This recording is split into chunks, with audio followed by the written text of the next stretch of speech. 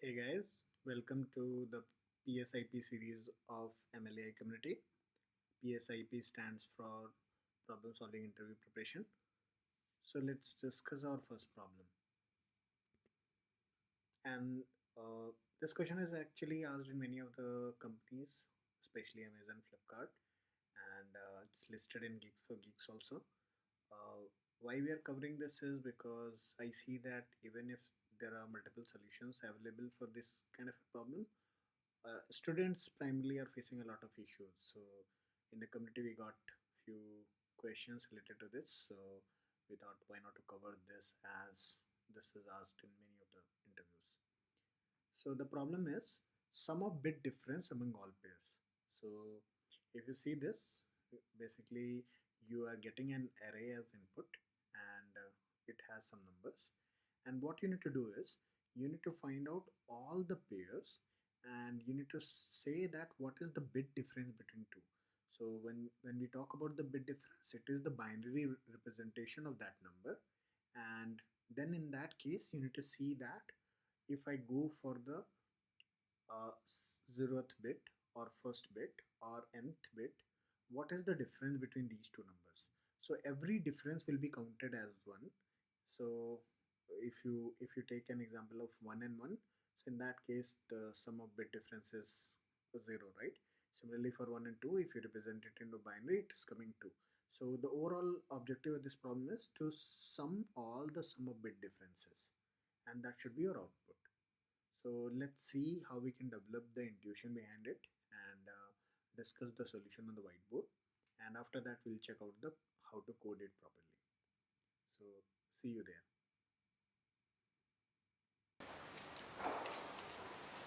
So guys, we have already seen the problem description in the presentation.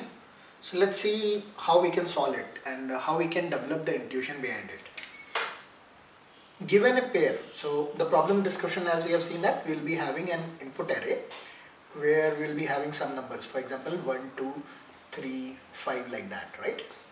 And what we want to know is we want to first calculate the all possible pairs, and then once we have the pairs, we wanted to see what is the bit difference among the pairs, and then finally the sum, right? So the first problem which comes to the mind is, okay, how to calculate the all pairs. So given, considering, if you see this array, it has n number of items. In this case it has 4 elements. Okay, now when you want to calculate the pair, it is basically you are computing all permutation combinations here. So you are checking that, okay, one can be, so if I take this one, this can be combined with any of the other things, and it can be combined with one also.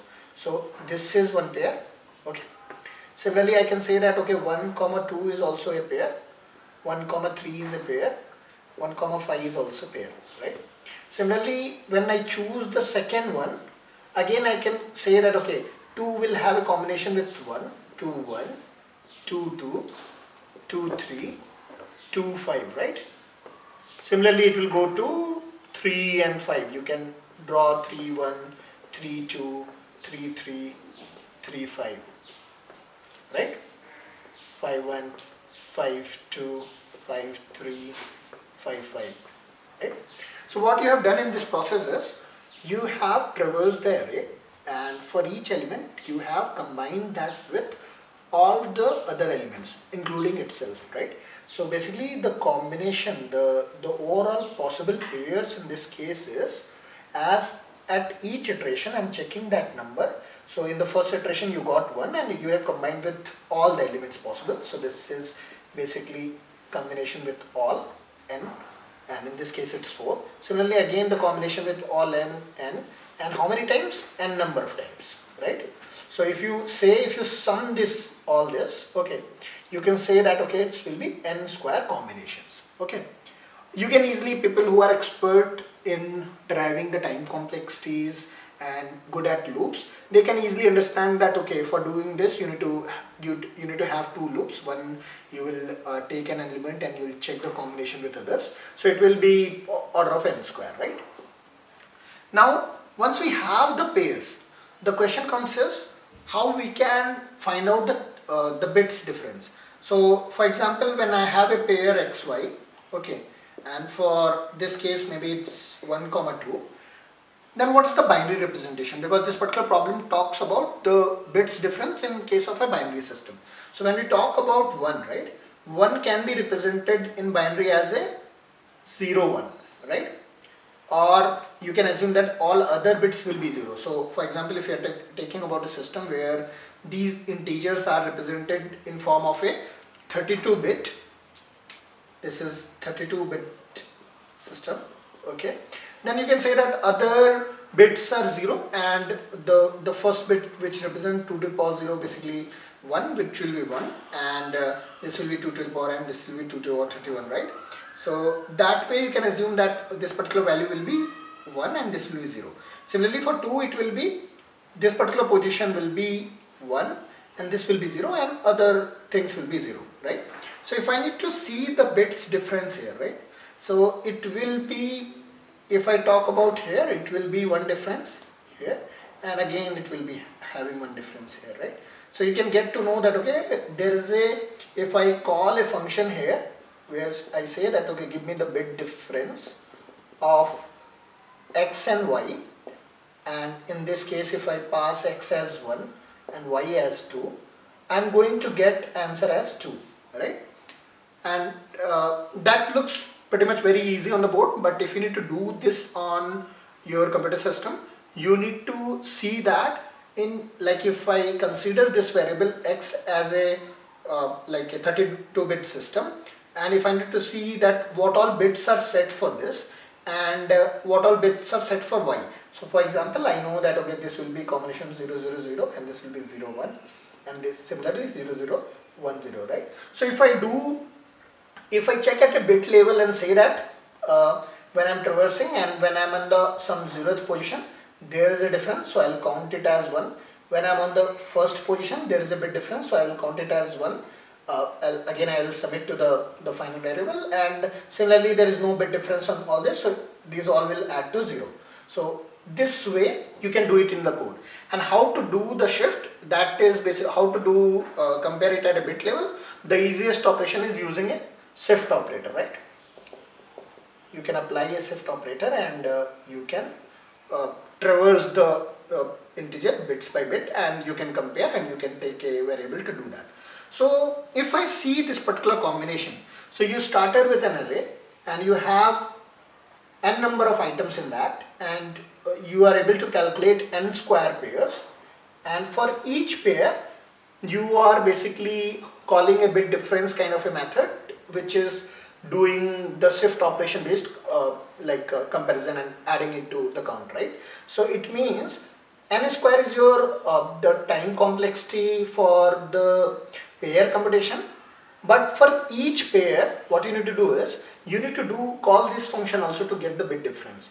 And as the number of bits are same, like if I say 32 bits, so it will have around 32 comparisons, so that will be a constant comparison. If I say it as C, then you can say that overall complexity of this system will be n square into some constant factor. So overall you can say that you are considering about order of n square kind of a solution, right? This is a quadratic complexity. When it comes to the space, because two things are very important in any of the technical interviews, people talk about the time complexity and people talk about the space complexity. So if I see here, right, we have clearly seen that we will have order of n square as time complexity, and we have not taken in this particular process itself, we have not taken any extra space. Basically we are dealing with the whatever space is provided to us, so whatever input was taking, that's kind of a space we are taking. So that's why we have not added anything extra to this space complexity. That's why we'll say that it's in the same, we are not adding anything here, and it will be order of 1, okay. But if I talk about this program whole complexity, as the inputs will be there, so it will have order of n as a overall, because I need to traverse all these arrays and I need to store it, right? So this will take order of n in the space, but overall we are not adding anything based on this particular algorithm. So this is, I can say, this is the kind of a brute force approach which which one can start with dealing with when you're dealing with a sum of bit difference kind of a problem. But in the interviews, especially because these kind of questions are asked in interviews like Facebook, Google, Amazon, they don't expect you to just go for a brute force. So I'll recommend that, okay, starting with the brute force is a good approach because you are showing that you have some solution in your mind. And given this kind of a problem, coming with this kind of a brute force approach is actually easy. You can pretty much think, and you can, if you go with your basic logics itself, you can find out this. So let's see how we can make it better, because the next question interview will ask is how you can do it in less than order of n square, right? So how you'll do? So the first optimization, which maybe you have thought during this video itself, that when I'm computing the bit difference between 2 and 1, and when I'm computing the bit difference 1 and 2, right? So I know that these are symmetric pairs and their bit difference will be same, right? So why to compute it 2 times? So that is the one kind of optimization you can do, and you can say that, okay, I can reduce the complexity by half by adding some extra space where you are capturing what you have already computed. For example, in the first step, when I'm calculating the bits of difference between 1 and 2, I'll store it in a maybe in hash map itself, where for this particular pair, what is the bits difference, or a kind of a matrix, okay? And when I'm getting some kind of a reverse pair, I know that it will be also x, so I don't need to compute it. So that way you can reduce it. But the overall gain which you will be getting in terms of the complexity, it will be like it will just half, so you will be still in order of n square time itself. So definitely there is a lot of chance to improvement. So let's see what we can do as a next step.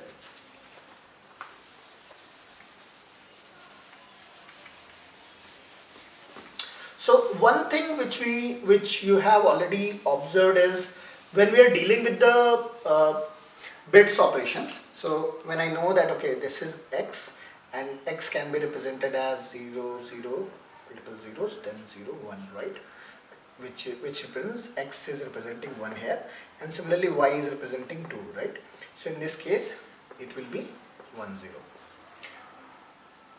Now, if I take this situation, the way we calculate the bit difference, it is obvious that I can go for any of the position. So if I say that, okay, I'm traversing the ith position here, which is technically it's the 0th position, I can go to any of the positions 0 to 31st, okay, and I can check out the bits difference, right? When I given two numbers, I can do it like that way. So if I say that when I'm talking about multiple pairs, how this particular information can help. For example, if I say that, okay, no, I don't want to calculate all the pairs, the intuition is, why not to see how much is the bit difference on each of these positions. So if I talk about the ith position, what is the bit difference between the numbers given? Okay, so for example, in this case, I know that, okay, if I have, if my input array is, suppose I have 1, 2 only, right? So in that case, I know that my pairs will be, how much pairs?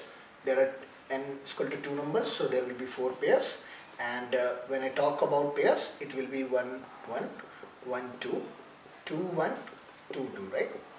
So in that case, one way is like going through the brute force approach, where you are calculating the bit difference in all, and in this case it will give 2, and this will also 1, 1, and this will, how much it will be this one. So whenever you are calculating with itself, it will have 0, right? So this will be 0, 1, 1 will be 0, 1, 2 we have already calculated, which will be 2, because this is 1 and this is again 1, so it will be 2, and similarly this also will be 2. So if you sum it up, you will get that, okay, 4 is the overall answer you want to produce, right? Now if you see this is the brute force approach. But when you come to a smarter approach where you are checking for the ith position, when I'm checking for the 0th position, and I know that there are 2 numbers in there. So when I check at the 0th position, I see that there is a difference of, there is 1 bit is set. So how many bits are not set? So I know that for one number, this particular 0th position is set. So 1 bit is set, right? For one number. So if I say that, okay, this is count 1, right? So how many is not set? So that will be, if I have n numbers, so I will say that n minus count will be not set. So in this case, basically there are two numbers. So how many is not set?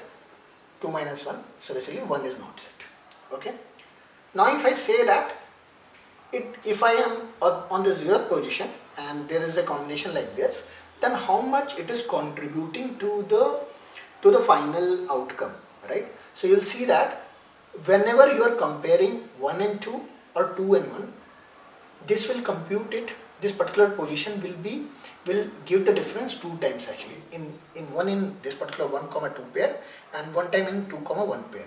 So it means if I say that the first difference which I got is 1 bit difference, and then the again n minus count 1 is 1 difference, and this will contribute to two pairs actually. So basically how much it will be? 2, correct? If I go for this particular position, right?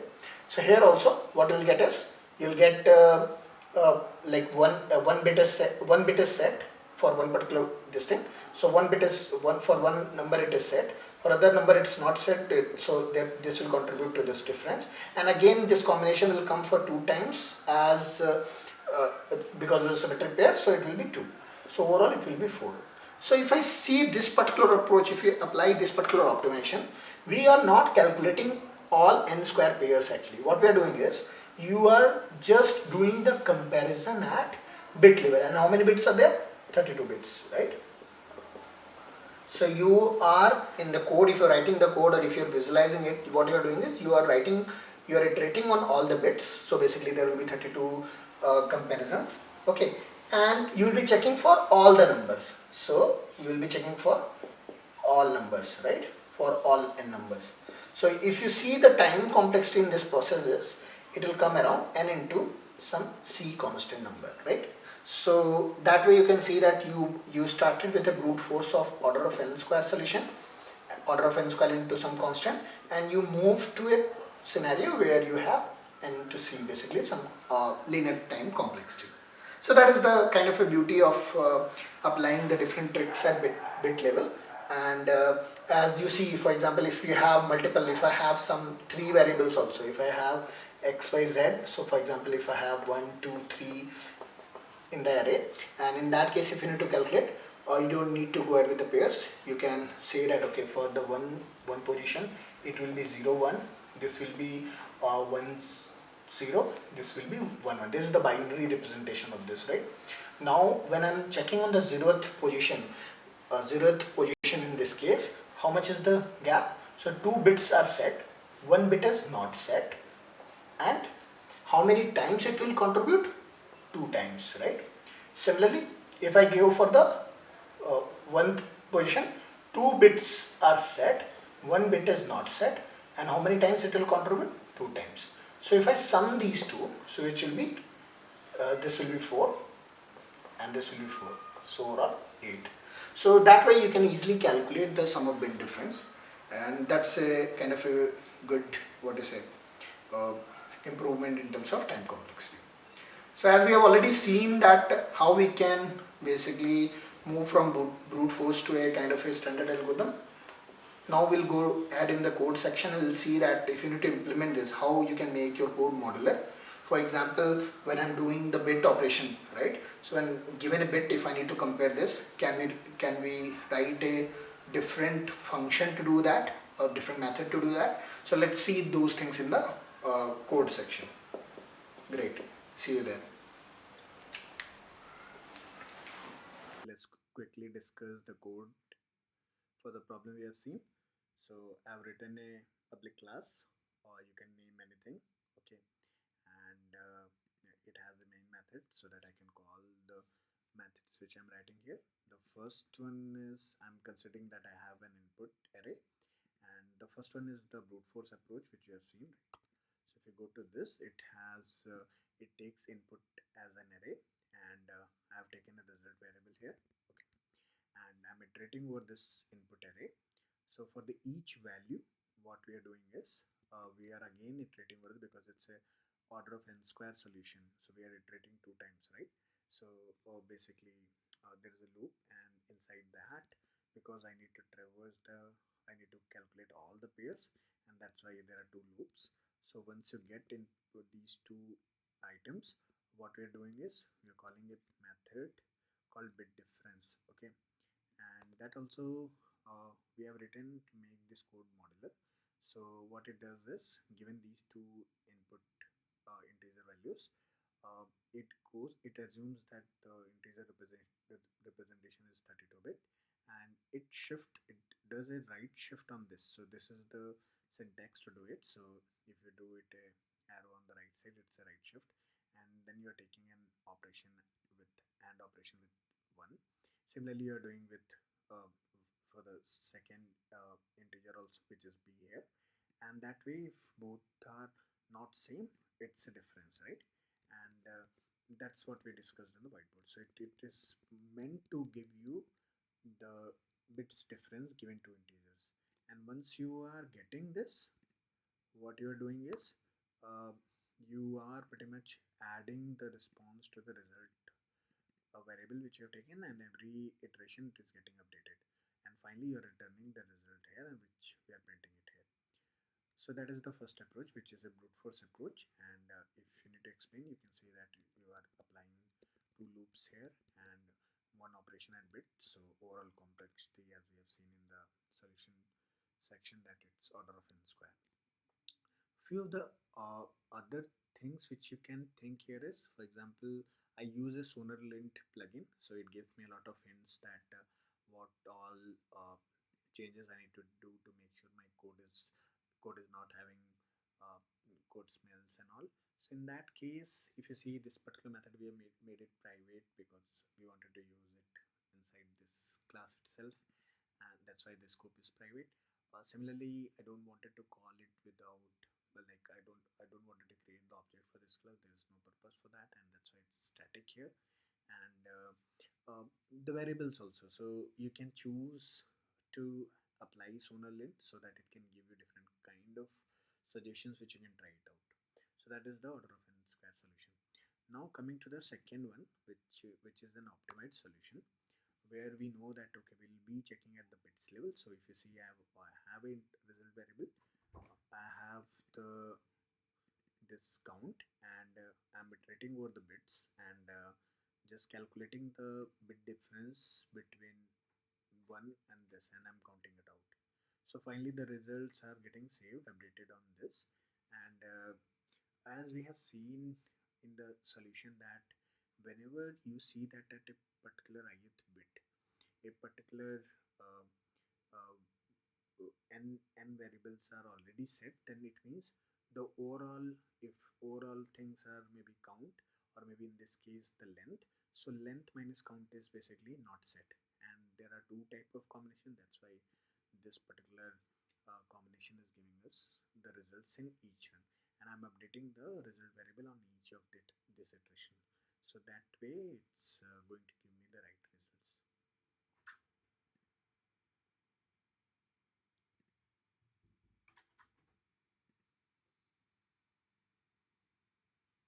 Yeah, so I'm just running this to show you the results. Right.